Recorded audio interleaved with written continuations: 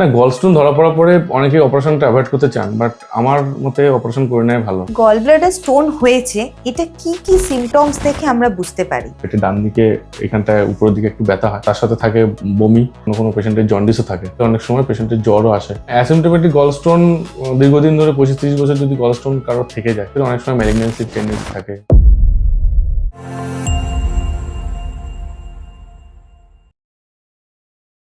নমস্কার, আজকে আমাদের সঙ্গে রয়েছেন ডক্টর রাকেশ খান। উনি একজন advance laparoscopic and robotic surgeon. নমস্কার। নমস্কার। আজকে আমরা যে টপিকটা নিয়ে কথা বলবো সেটা খুবই একটা কমন টপিক, যেটা হচ্ছে গল ব্লাডার স্টোন। এটা নিয়ে মানুষের মনে প্রচুর প্রশ্ন রয়েছে। আজকে তার মধ্যে থেকে কিছু প্রশ্ন আমরা স্যারকে করব।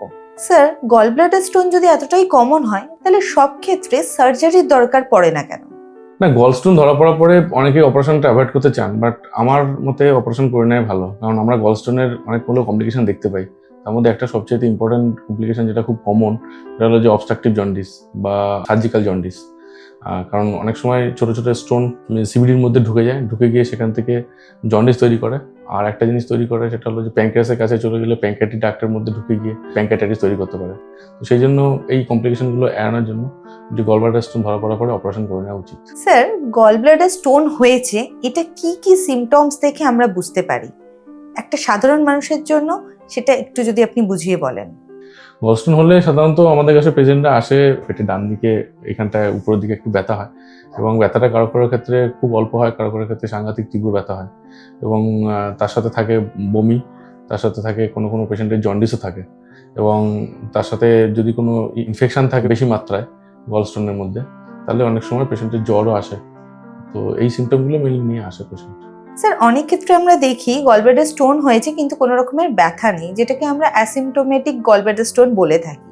তো সেটা স্যার কি করে বোঝা যাবে? হ্যাঁ, অ্যাসিমটোমেটিক গলস্টোন দীর্ঘদিন ধরে 25-30 বছর যদি গলস্টোন কারোর থেকে যায়, তো সেক্ষেত্রে অনেক সময় ম্যালিগন্যান্সির টেন্ডেন্সি থাকে, গলব্লাডার ম্যালিগন্যান্সি হতে পারে। স্যার, ধরুন এই ক্ষেত্রে আজকের দিনে দাঁড়িয়ে ল্যাপ্রোস্কোপিক সার্জারি কতটা বেশি সেফ? ল্যাপারোস্কোপিক গলব্লাডার সার্জারি পুরোটাই সেফ, কারণ এখন আমরা যেভাবে অপারেশন করি আর মডার্ন অ্যানাস্থেসিয়া যে জায়গায় পৌঁছে গেছে এখন, তো সেক্ষেত্রে অপারেশনটা আমি সেফই বলবো, এবং ওপেন সার্জারির তুলনায় অনেক বেশি ভালো। আর এই যে ধরুন ল্যাপ্রোস্কোপিক সার্জারি নিয়ে সবার মধ্যে একটা অনেক কোয়ারি রয়েছে এবং কৌতূহল রয়েছে যে সার্জারিটার পরে আমি আমার নর্মাল লাইফে কবে ফিরতে পারবো, সেই বিষয়ে আপনার কি মতামত?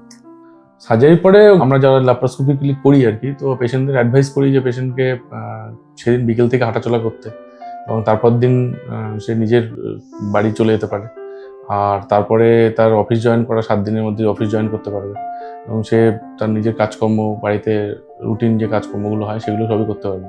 শুধু আমরা অ্যাভয়েড করতে বলি ভারী জিনিস তোলা আর স্ট্রেনাস অ্যাক্টিভিটি। ধন্যবাদ আজকে আমাদের এপিসোডটি দেখার জন্য।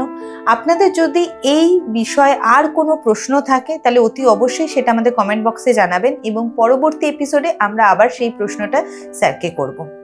ধন্যবাদ, ভালো থাকুন, সুস্থ থাকুন। নমস্কার।